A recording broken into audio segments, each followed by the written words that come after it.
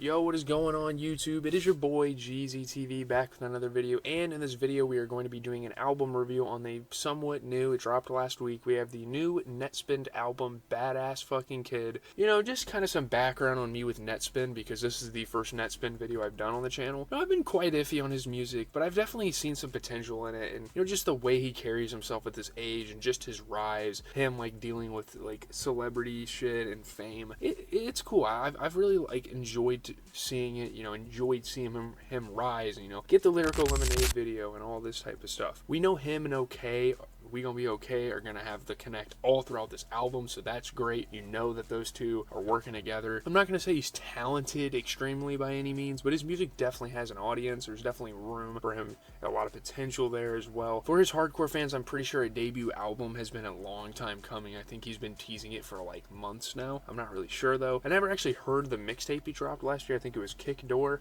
I never got to listen to that. Maybe in the future I'll listen to it. I'm not sure. He had the Lyrical Lemonade video again and some pretty dope promotional singles coming into this, so it was definitely an anticipated album for me. I'm not gonna lie, I was definitely pretty excited to give this a listen. Let's go track by track, give it a review, call it a day. Track 1 is Growing Up, and I think to an extent this album gives us insight into his mentality of growing up, and this song fairly titled is a huge example of that. I know he's not a lyrical, spiritual guy, he doesn't have conceptual work. He definitely, you know, expresses his feelings about being a child. It's called Badass Fucking Kid. It's talking about like reminiscing on his childhood a little bit, even though he is still pretty young, obviously. And everyone wants to hold on to their childhood, and Nettspend's getting to a point in his life where he's going to have to let that go, obviously. You know, he's an adolescent, he's getting into very early adulthood. It's cool. I mean, the beat is insane, very spacey, very vibey, like slide track. Sorry, I just had to let that out. Getting into track 2, we have Leader. It's a very intense track. You can't really hear what he's saying. Kind of has that distorted Ken Carson, Great Chaos type of sound with it, which I like because obviously Ken Carson's one of my favorite rappers right now. I'm kind of talking about standing out from others, I guess, you know, doing your own thing, not following trends. Decent flows on here. It's not a bad track. Sometimes the muffling and sometimes the distortion gets a little too much, and I think Ken Carson does a good job at kind of balancing that, but Nettspend here, I don't know, he does a little too much at times, I will definitely admit. But Leader, not a bad song. I know I'm not going to talk too in depth about these songs because these are just vibes. Project Pat is track 3. Apparently Project Pat is a lean plug in Chicago, not the famous artist that everyone is thinking of, not that guy. Very spacious, Pierre Bourne type beat, and I'm going to say that about a couple of the beats. They are very spacious, they're very out there, very inspired. This is a very inspired album. Nettspend's a very inspired artist. There's a lot of people that have come before him that he has kind of emulated throughout his music, which I think is really cool. Really good energy on Project Pat. There's an Osamason reference, very fire beat. I like this song. It's not bad. Getting into track 4 is Tommy, and this is probably my favorite track on the entire album. I'm not gonna lie to you.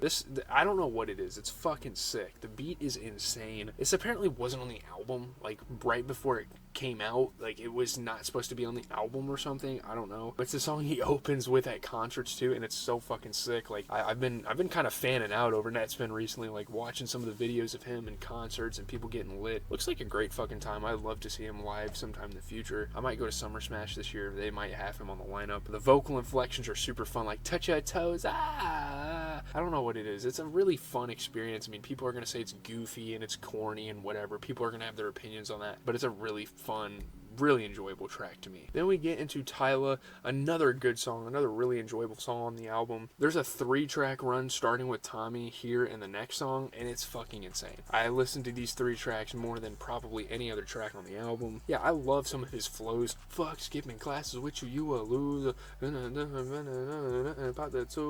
know what I mean? Like, he had some really good flows on this song. More discussions on his youth and kind of growing up. Again, those are going to be common sentiments. Those are things he kind of talks about throughout the album. Shout out Tyla, she's a great singer. Another good beat from OK. Again, that doesn't really need to be said here because OK is a fantastic producer, but just wanted to put that out there. Really good song. Getting into ASAP, another one of my favorites. Again, these 3 were probably my top 3 on the album. Obviously, like Perk Soda's on there. Growing Up's a really good song. It's awesome. You know, this song has a very sentimental vibe. It's great. I love the Rocky Net reference. Net is cultured, honestly. Like, he has a lot of different references. It's obviously like not the most intricate metaphors in the world, but just like some of the punchlines are pretty fun. The song needs a music video, seriously. Like, this song would be great for a music video, especially Lyrical Lemonade. Looking at me like a deer, cause you know I took your dough. So, sorry. It's a really good track. The piano on the beat is fucking awesome. Again, OK does his thing. Next track is Fuck Cancer. I guess this references Fuck Swag. It has like a similar track title kind of style to it.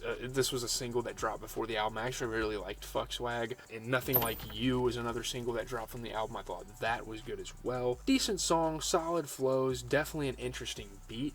can't really describe how it makes me feel. It's a pretty good song though. Obviously some of his flows get goofy, like when in it.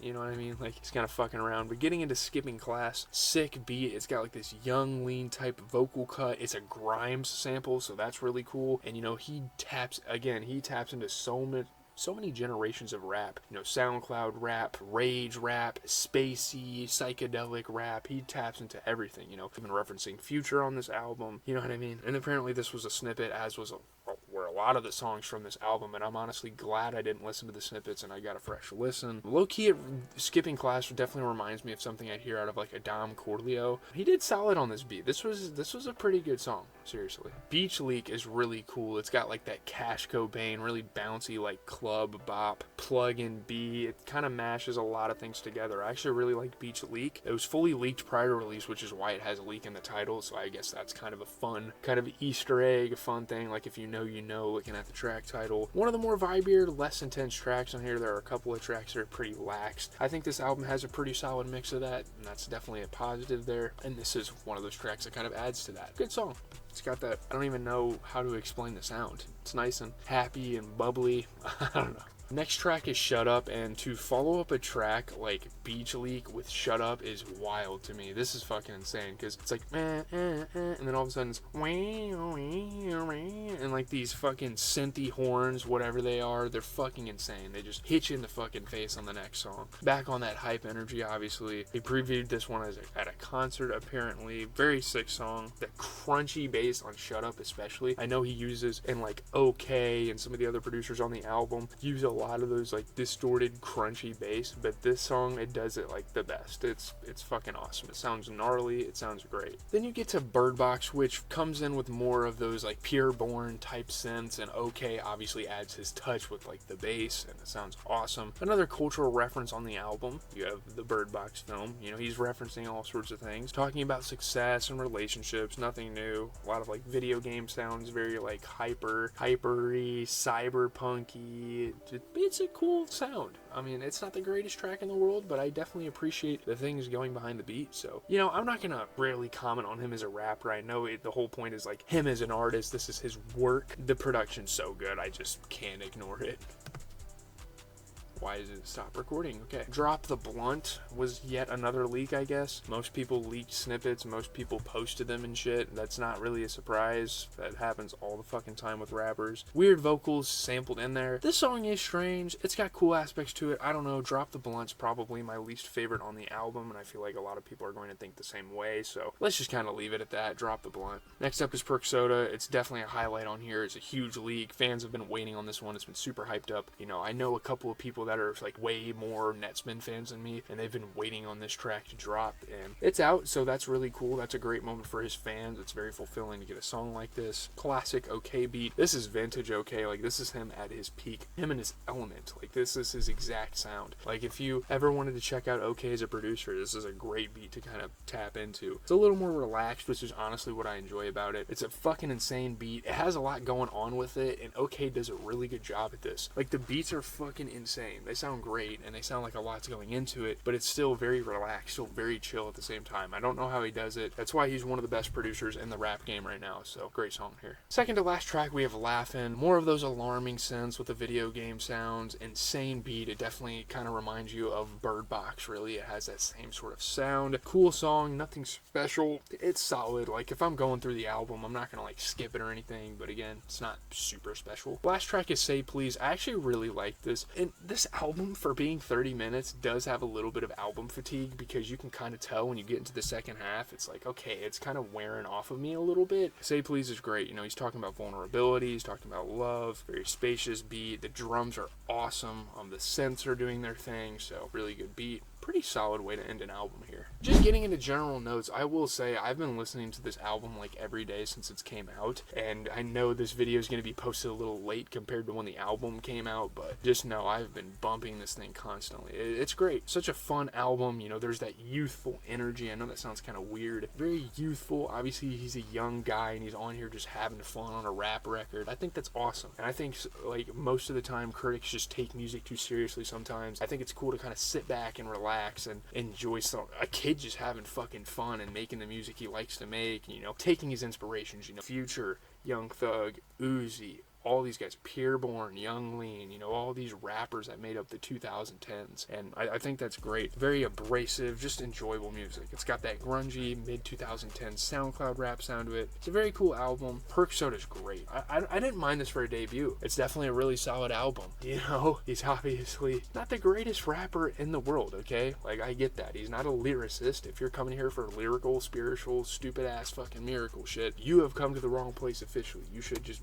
back out of the video. If you're back out of the album video, and if you're watching this video and you're looking for new music, and you listen to like B.I.G. and fucking Tupac and Nas and all these guys, you know, all these lyrical rappers, Joey Badass and MF Doom, you're not gonna get what you need out of this. So that's gonna do it though. Leave a like, comment, subscribe. Really good debut album for his age. The guy's only like 18, I believe. So for this to be his debut album, I think he did pretty well on it. So it's no Illmatic. Obviously, we've had a lot of young rap prodigies like Nas coming to the rap game and put out insane albums. And Che earlier this year dropped a pretty good album as well. I think he's like 16. That's gonna do it, guys. Have a good rest of your night.